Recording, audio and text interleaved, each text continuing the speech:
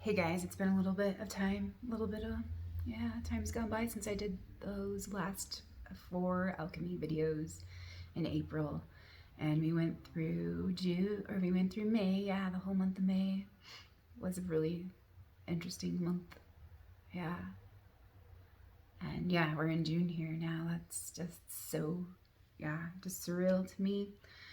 The last couple months, I felt like probably fit a couple lifetimes into the last couple months. I've taken in so much information from everywhere, really. Just drowning in information sometimes, and processing that, digesting that, assimilating that, sorting through it, separating the wheat from the chaff, and all of that. And also like developing discernment skills. Yeah, gotten a lot of help and a lot of good lessons in that. I asked for help with that, and so I did to get my share of lessons in it. And I feel compelled to speak today. I've been like procrastinating coming back on doing a video to speak. There's just been so much, really so much to process, so much to take in, so much to let go of and release, and all of that. So it just keeps coming and coming and coming too. And so it is helpful to know when to step back, when to remove myself, and when I need just like a technology nap, like a little break from all of that. And so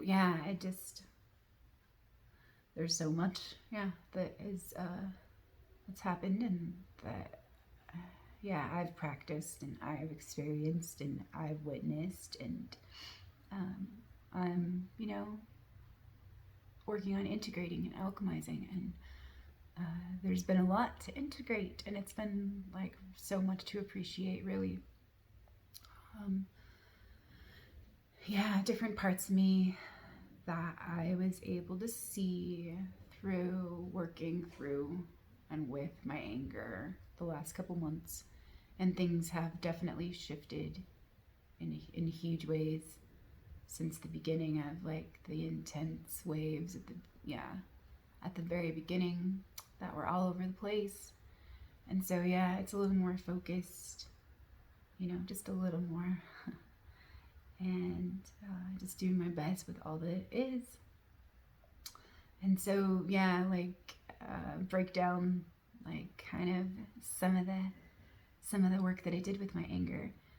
In the beginning, was able to see how angry I was at the fraud and at lies and deception, and then like kind of clear that from my lens of perception, and like see where I was lying to me, where I was not being true to me, where I was living lies or embodying like lies or projecting those lies through my image, like my ego image or my image of me, or what I thought others wanted me to be or needed me to be in order for them to be comfortable, or in order for me to fit in and belong, and be part of that dynamic or that mentality. And so that's been interesting to see all of that in play and playing out, and like seeing it in me and seeing it in others. And so and like knowing too that like these things are coming up to the surface so that we can heal them, we can become aware of them, and like we can include them and integrate them and transform them into the whole, into a new synthesis where all parts are operating together in the whole, that complement the whole, that give to the whole, that are right parts of the whole. And just that's a lot of work too, like on so many levels. I had this fierceness come up that was kind of new and kind of foreign, alien to me, and that's why I felt like, in a way, such an alien, because I did feel like really, yeah, and I always have felt different, but like even this, like I felt like I was foreign to me, like I was an alien being, to my own self, to me. And like just seeing this new part of me that really wants to scrap and really wants to fight and is not gonna back down and all of that, and really like the boss coming out. The boss, like, yeah, one of my maybe more dominant archetypes that I wasn't aware of and that I totally suppressed and rejected because I didn't want to be the tyrant. Yeah. And that's like probably one of my strengths that I just I thought was wrong, like being the boss or being like strong. And yeah, having a backbone or whatever, and being able to be a leader or like, you know, an example, or not a follower, just like sovereign and just like, yeah, leading myself, mastering myself, being my own master, and, you know. And so maybe that's what it's all about, really, for me, like, was to claim that power that I had rejected for me, like, because I was afraid I was going to smother another, or, yeah, become my mother. Yeah. And that's like kind of a funny thing, because to me, when I was growing up, my mother was my biggest tyrant, and always, yeah,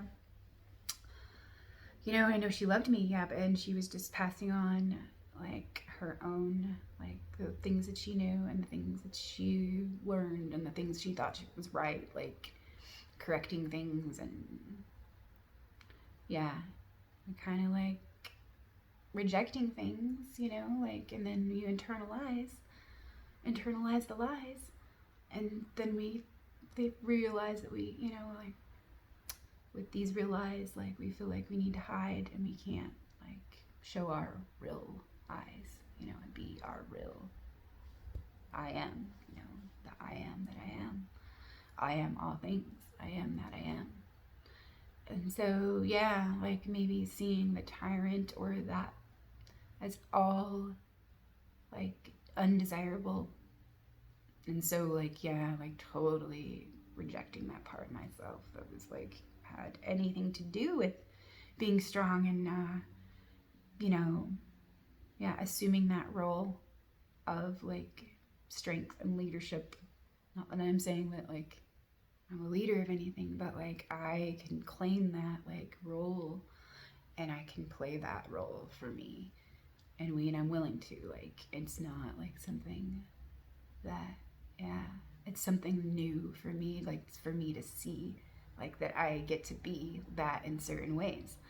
And so, like, yeah, don't be afraid of it and claim it, and just be aware of, like, yeah, how I'm directing my own power, and if, yeah, if and where and how, like, I play the tyrant. And most of the time, it was always playing the tyrant for myself, rejecting myself, squashing myself, judging myself, sabotaging myself, undermining myself, whoring myself, like all those things. Yeah, so like claiming that tyrant and that shadow side, like in an empowering way, like to be a leader and to be a master and to liberate myself and to see all the ways that I did oppress me, because I was so afraid of becoming that tyrant and becoming, yeah, and playing that out. So like that's really freaking interesting to see, like how in a way like I can be a tyrant and not just to me, and like, yeah, and or like how if I can like purify the shadow side of the tyrant, then like I can have, yeah, integrity as, yeah, as that, yeah, playing that role, um, and being worthy of trust, and but encouraging, yeah, because I don't want to lead anyone. I don't want anyone to follow me. It's like I want people to trust themselves and like follow their own hearts and their dreams. And so like, yeah, like it's interesting too, like reluctantly like I want to help people see and understand how they can access their own power and their own answers, and like be able to see through some of these veils of illusion. And yeah, all of that. But like I know I don't have like all the answers for everyone, but I know that like we all do have the answers within. And so, and we all do complement each other with all the ways that we perceive and all the ways that we experience these growing and change, you know, these growing cycles of change. And yeah, just everything that we can add to each other's tapestry is like really amazing wisdom when we, you know, when we can, like, yeah, find the value and all the ways we can relate together, relate to one another through these things that we've been through and experienced. And yeah, just live through. Yeah. So those were some of the things that I did. Yeah, get through looking at some of my stories. Yeah, there was a lot of anger that came up around everything, really. Anger that I wasn't aware of, that I still had, like about certain things, because it, you know, like sometimes it just stays under the surface, and like there is so much to be angry about sometimes, like where there's a lot of fucked up shit, you know. But like sometimes we're just like, okay, like you can't always, like, it's just like it is what it is. But like, yeah, sometimes when those things trigger us and then come up to the surface, and really, but they do keep just jabbing, poking, prodding, like activating that wound. It's time to go within and look at it and to meet it with love and include it, because that's like, yeah, gonna keep, you know, at it until we do. And it's, yeah, the longer we neglect it and ignore it, like the more things will be put in our path, so that like it can't be ignored anymore. So there's that. Like sometimes we don't pay attention to the signals that we're given because we don't want to see them, or because maybe there's interference. Yeah, like where we just are a blind wall to it, like totally have no clue. We can see it fine just when it's happening to others, but when it comes to ourselves, we're clueless sometimes. And so that's why it helps to do like some looking at like what we're seeing through the other, you know, about ourselves. So yeah, it's been really helpful for me to do that, like especially when things have really been just bothering the hell out of me about certain things, because it really hurts, you know, in certain ways, and it's really frustrating, like to see things happening the way they are going down. Like, but in another way, it's like, yeah, remember that to let go of expectations about how I think all of this is supposed to look and how it's supposed to be, because it's a healing and it's an awakening. And so like all of these things coming to the surface, they're not really pretty, and they're the good, the bad, the beautiful, the terrible, and the ugly all together, all of it. So yeah, can't just look at the ugly parts of it and say, oh, that's just horrible, but like, because it's part of everything else, you know, and it makes everything else what everything else is too. So yeah, there's that. And like maybe some of it we've been taught to look at it as horrible, but it's actually not, like in certain ways, like what we thought it was. So there's always that to look at from multiple angles and perspectives, because there's always something we haven't been able to see, and there always will be something we haven't seen, and we won't always be able to see everything, because that's the great mystery. And everything is always expanding and creating itself as it discovers more of itself. So that's the paradox and the mystery. So it's kind of funny, like everything, looking at things in those ways too. And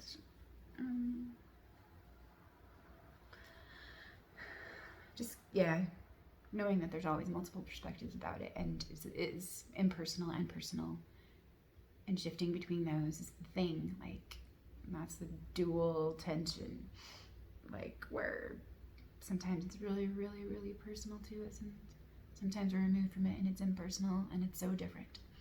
Like, yeah, it only comes close to home for us, or maybe triggers us when there's something that's personal, yeah, to us, that activates an old pattern or a wound, or stirs up a script, an old script or a complex that stems from trauma. Some trauma, yeah, it's all about, like, a lot of that, what is happening is because it's trauma based. It's trauma based relationship, and through separation and disease. And so, yeah, that's what's asking for healing, is that. And so, yeah, like, it's kind of funny, like, I realized too, like, being angry, just feeling angry with some of my mentors, elders, teachers, spiritual community, friends, or whatnot, that I had expectations, like, that they might be able to see certain things more than, maybe I've been able to perceive that they have. And, like, really expecting them to get it, because why wouldn't they get it? Like, they're smart, they're intelligent, open, receptive people, but, like, they still don't understand or get certain things, and that's okay, because maybe I don't get certain things. I mean, I know I don't get everything, but, like, it's just certain things, like, that are important for me, for them to see, like, and just realize too, like, why it's so important to me that they see, and, like, was working with that, like, last time, like, is it because I want them to see things my way, and in a certain way sometimes it is, but in other ways it's not. And I got deeper into that, and I got to look into that and see into that. And so, like, and in one way it was like being angry at the blind for being blind. You just, like, why would you, they're wasting energy, like, on being angry that someone's blind, and they're just blind, they can't see. So, like, why be angry about it? Just, like, know that, maybe there's other ways that they might be able to sense and receive and see. And maybe it's not my job to convince them of anything, but, like, it's really sad sometimes. Like, I felt so sad about it. Like, sometimes it felt like, it's being willingly blind and hiding in the shell because you don't want your reality to collapse and stuff. And I know it's painful, and I have compassion for that. But, like, some of the other things, just not wanting to see. Like, and I wish people would see, because it's really what's needed, is, like, to really look deeply into these things. Because once we understand, like, the nature of evil and the control mechanisms that are used, practiced and passed on, if we can see those things, then they can lose our power over, we can claim back our own power and see how we've been deceived and manipulated, and, but, like, how do we know how to do that unless we don't look at those things, if we don't look and see where we've enslaved ourselves, and why, and, like, how, like, it has created the world we're living in now. Like, if we can't see how we enslave our own selves, then how do we, like, understand the slave system that we're operating in? And how do we even know that we're slaves, or that we're operating in a slave system, if we're blind to it? And, like, and that's the thing too, is that, like, how do we understand it if we can't see it, or if we don't even know? So, that's things I've been struggling with, like, to bring certain things into the light, because I want people to know that this is happening, and know that this is going on, and know that this is how they're exploiting vulnerabilities, and manipulating people through their emotions, and hijacking our values, and manipulating us through those values, words, symbols, tribal, social orders like of that, like, and it's yeah, it's like frustrating to see it all, really frustrating to see it all being orchestrated, and like, yeah, people being played and used like puppets. And it's like, yeah, I want to bring awareness to that, like, to empower us, like to empower all, so that we all have like our own sovereignty and our own free will and the choice, like to see it and to choose all. And like, maybe like, if people aren't aware of this, like in the way of maybe some of them, maybe they are just, they're aware in a way that they are consenting to slavery, but they don't really see it as that because it's comfortable for them. That's all they've ever really known. Like, that's what they've been trained to do, like in all of the relationships, like where we do like whore ourselves out or sabotage ourselves or orphan ourselves or, you know, betray ourselves because we don't see what we're really doing. Like, that is ignorance. It is, you know, and that's really the root of sin. It's really going against self and being ignorant, not knowing. Like, it's, yeah. So it's like, yeah, being frustrated with ignorance and with unwillingness, but like, maybe it's not unwilling, and maybe it just is what it is, and they're not ready yet, or it's not time for them yet. And I, yeah, it's not my job to tell them when it's ready for them to really wake up and see everything they need to see. And I don't even know what they really need to see. So, but I do know that we all need to see like more clearly what's happening, like with the divide and conquer strategies, and with the black magic, and the parlor tricks, and the programming. And I really want to help educate and empower people about that, because they are using like a lot of things, like, but yeah, that maybe like a person who doesn't know what they're looking for wouldn't see at all, like, of course, but like, once you know how to spot those things, it's just like, it's right there. It's hidden in plain sight. And so like, that's another thing that I've been mad at, like, too, where people are so easily fooled, but like, and then they're mocked too, like they're mocked for being fooled, and then yeah, it's all turned around with doublespeak and everything, and like this inverted imagery, and they don't know they're playing the fool, but like, and then they make other people fools.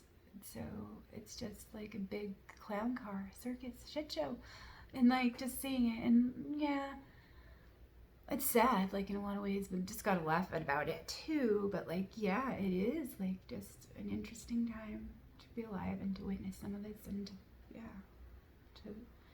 to see it playing out, and like also pointing out certain things that we're asking to be healed. And so yeah, and I got that too, like with some of the things like social engineering and the manipulation, where shame is used. Yeah, shame is used as a weapon. Shame is used as a poison. Like, social shaming has always worked for that kind of stuff. Like, come on, like, look into it. Look how it works. Like, any of you watching my words, yeah, later or now or anytime, like, yeah, look into that. Look into what shame, how shame is used. There's good, healthy shame. There's healthy shame, where children learn like certain things because like it does, like certain actions do hurt certain people. And so like, yeah, there's a way to do that in a healthy way, but there's other ways that shame is used, like to control and to confuse and to gaslight and all of that. So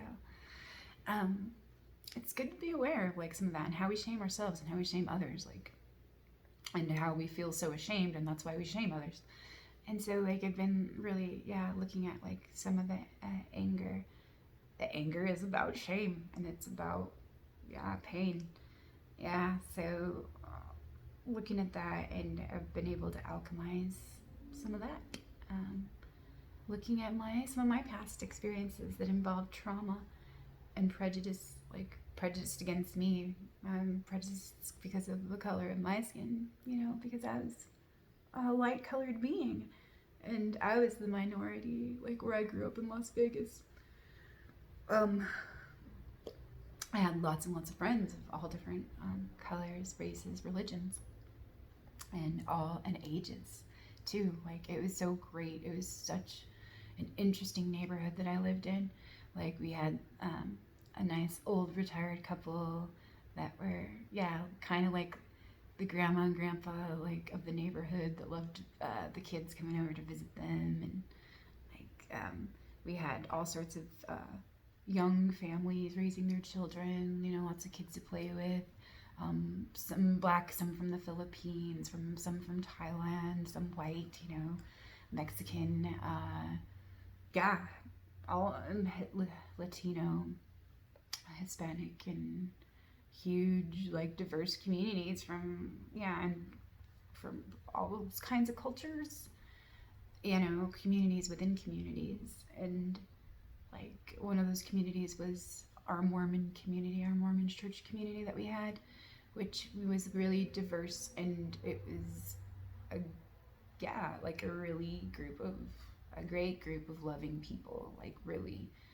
And most people, like, they didn't have like anything, and they were just there because of their love of God and their love of community and the faith that they had, and no other things really mattered to them, like as far as like differences or status or, you know, class or race or anything like that. Like, and so that's like the kind of group that I grew up in, where it didn't even matter because it was like everyone belonged, you know, together in certain ways. But like on the other end of the spectrum too,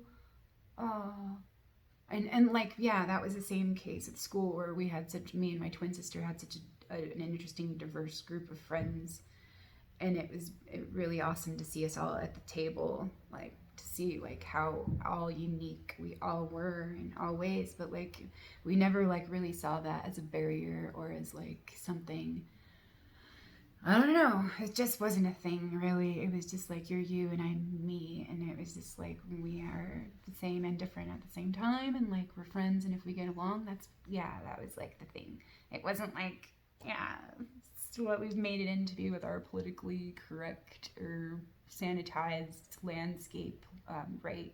Like now, like in this year of 2020, you know, like this was, let's see, in the 1980s, I guess. Yeah. So, um, yeah, it's interesting. So, we did have like really great friends of all races and all religions and all backgrounds and cultures and traditions.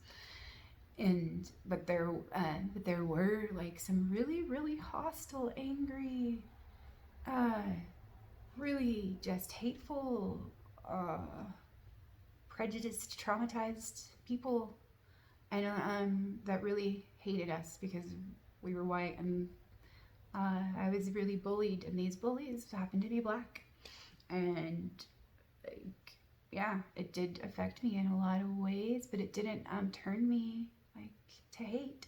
It didn't at all. Like I understood that it was because like they felt like they had suffered injustice, but it didn't make it right, you know.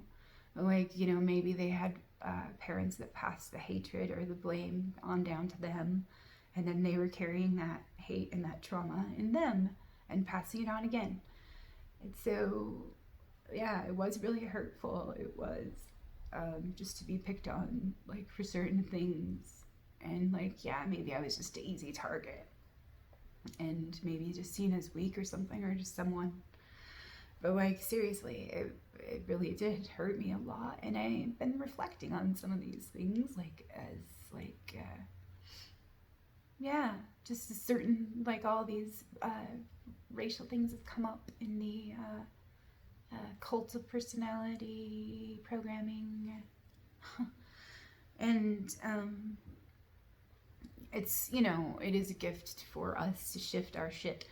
And like, because we do have a lot of wounds, all of us, around this, because every group, every race has been targeted in our history, in our human history. All of us have been. And yeah, all of us has been made scapegoats and pariahs and outcasts and orphans. And yeah, our history, like indigenous peoples and all sorts of races, all, and even white people, that there was the Irish slaves and the Europeans that were sold into indentured servitude and died in harsh conditions, and some of them were freed, and then were able to live free lives, but a lot of them did not and never gained their freedom. And we haven't, that history has been covered up. The white slaves, and like, yeah, there's a lot that we don't even know, like, today about our slavery and about human trafficking, and about, like, yeah, how many people, yeah, of all colors are in slavery, and how many children are currently in slavery. And that is, like, like, what we need to see and what we need to focus on and what we get to free. And so, like, yeah, all of this other stuff, like, really, like, it's good that it's come up to the surface, but there is so much more, like, and, like, some of it's smoke and mirrors, like, for other things, to push other agendas and things. And so, but, like, yeah, so it does, like, it brings up a lot of it, because I see that, like, some of it's for manipulation, so it makes me want to be angry at the whole thing and push it away. But then I also know that there's gold in there for me to look at certain things about, like, yeah, certain things that I could heal, or that they're asking for inclusivity. And so I had been reflecting on my experience in my childhood of being bullied at school, in elementary and in junior high. We lived there in North Las Vegas, Nevada, since I was 2 years old until like 14 years old. So I grew up going to school there and everything, and moved in the middle of junior high, like the middle of 8th grade. So it was, like, very, very, very different culture there than moving to Utah, which was total opposite world, and that is another story. But there was this one incident that happened to me in 7th grade in junior high, where I was walking to a class, and I think it was in the morning, and I was just turning down this long, long hallway, like, had to go to the other end all the way down to get to my class that was down there. And I was targeted. I was singled out by an angry black boy and girl. The girl was huge, and the boy was just a little, little guy. And he probably felt, like, really insecure because of his size, but I didn't think about that at the time. But, like, yeah, they just wanted someone to pick on, and they chose me. And I was so sensitive and, like, so just, yeah, like, just an introvert doing my own thing, and just, like, such a shy person and quiet, and, like, really, yeah, wouldn't hurt a fly. Being, I don't like fights, I don't like confrontation, and I'm always the the peacemaker and the mediator. And so, like, I just cannot, like, handle, yeah, like, I just really have a hard time sometimes with, like, outbursts, like, large outbursts, or, like, really intense expressions of anger, or, like, violence, or anything like that, like, it's just not, yeah, I'm not comfortable with it. And, like, sometimes that makes us uncomfortable with, like, our own feelings, or expressing our own feelings, or feeling our own feelings, feeling anger, being able to express and really talk about, or, yeah, like, be with our anger, allow ourselves to feel angry, But anyways, yeah, this kid decided to kick me really, really hard.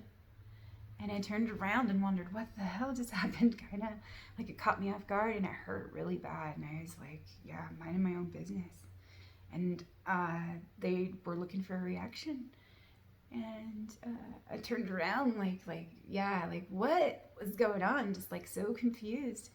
And then they, like, kind of, like, got in my face and told me that I could either take it in the ass, like, all the way down the hallway, or that I would be dragged by my face, and, like, this large girl was going to, like, pummel me. And so, yeah, they said, you can either walk down the hall and take it, or, like, you're gonna get it worse. And so I was just like, is this really happening, kind of thing, like, oh my god, like. And the girl looked like she could, like, probably, squish me into the dirt. So, like, I was just, like, kind of, yeah, it's my, just to fawn or to freeze and just go along, like, that's always been my, like, my survival strategy is to either freeze or to fawn.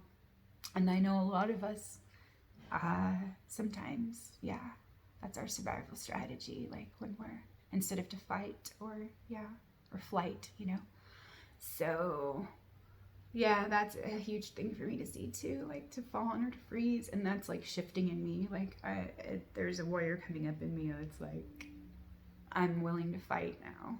Like, but I know like that there is value and discernment in knowing when the right time is to stand for battle, and yeah, when to step back.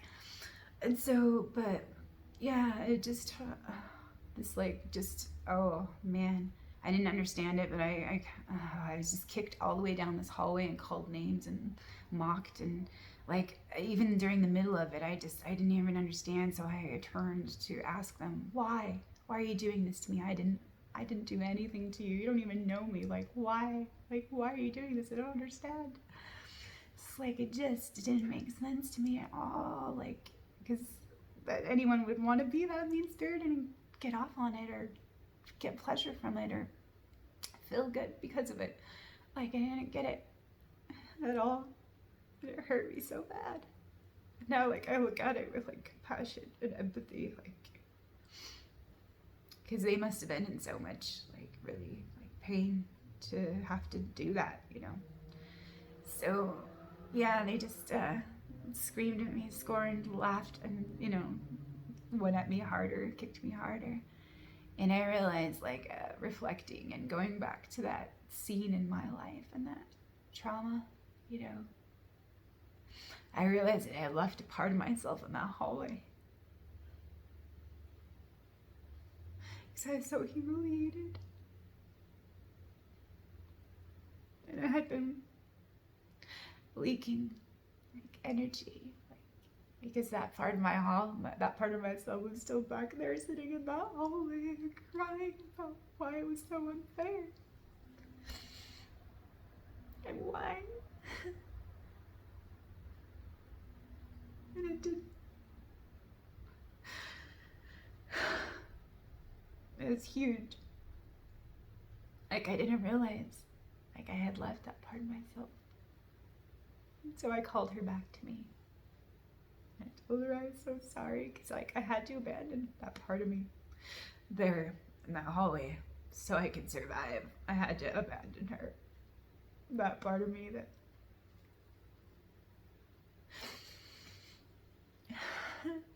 that didn't want to be there for that.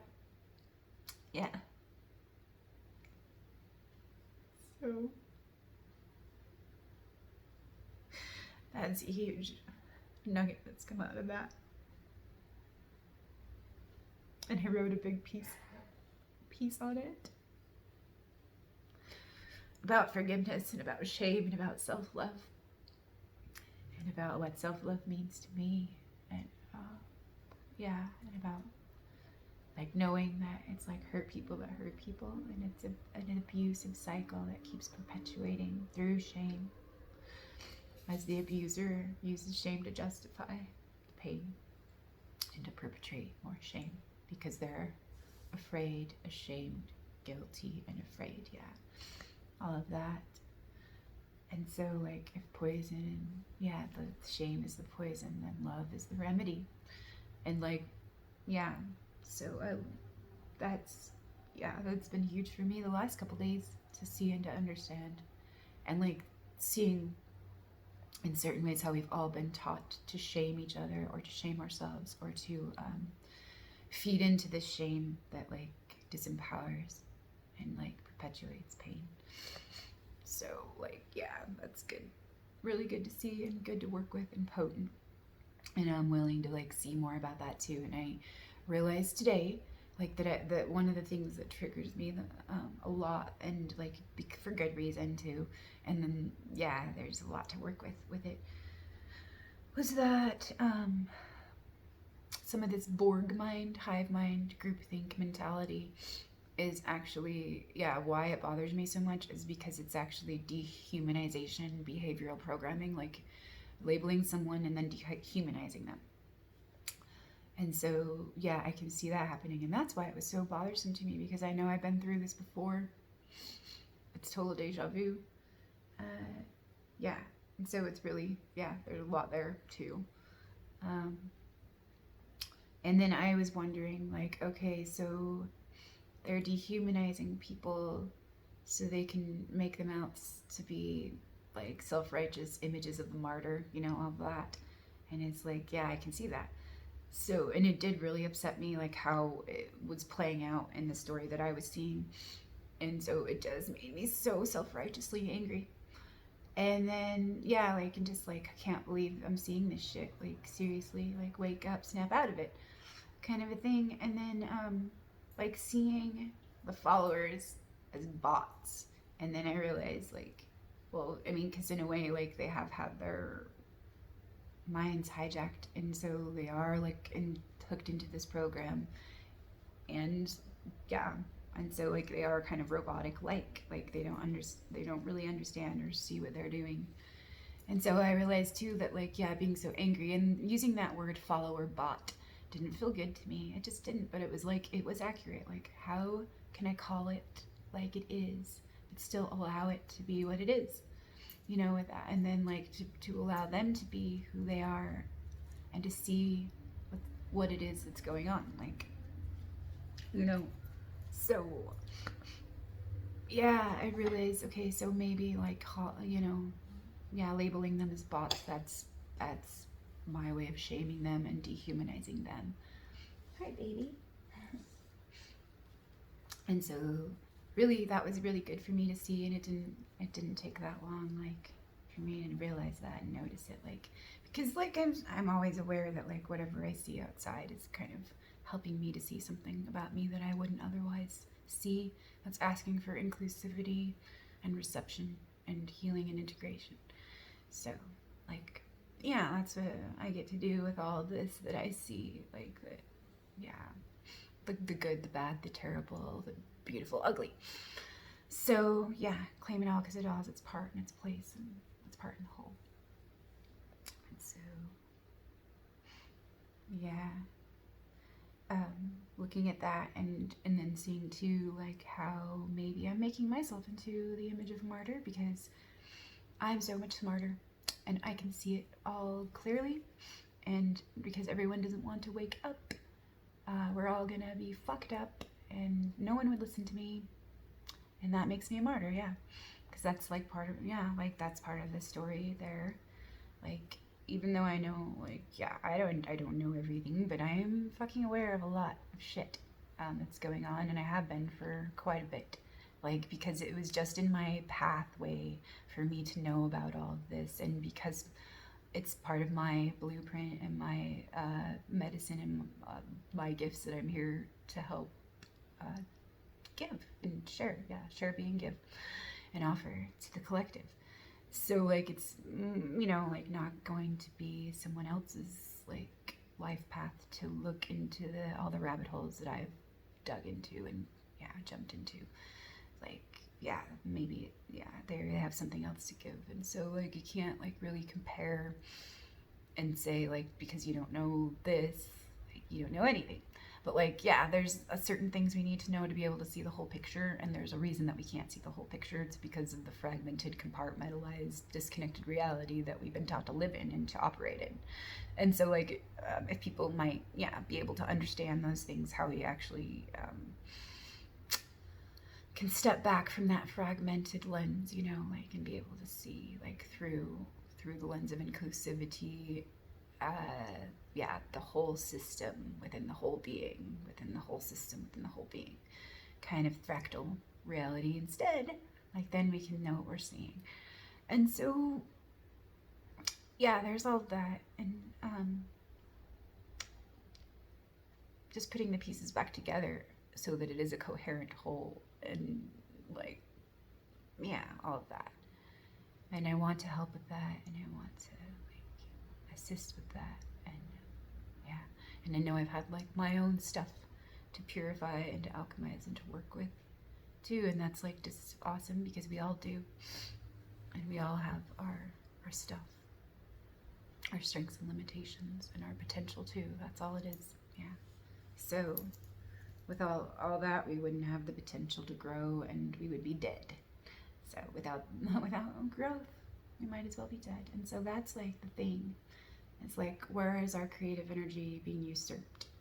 Like, where is it being directed instead? And like, for, yeah, those are things that might want to be looked at too. And so, yeah,